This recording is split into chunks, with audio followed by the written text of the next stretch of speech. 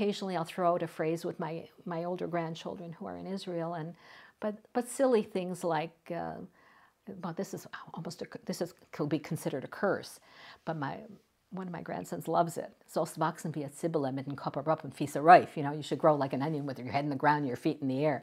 And he'll say, Bubby, will you please say that again? It sounds so funny.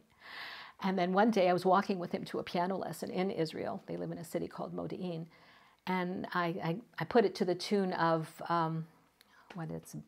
Beethoven's Alle Menschen seinen Brüder. So, sollst wachsen wie ein Zwiebel mit dem Kopf herab und Füße rauf. And he cracked up because he was learning it on the piano at the time. So we're walking down the street and Moji singing this. And he said, okay, fine, enough, Bubby. Then I embarrassed him.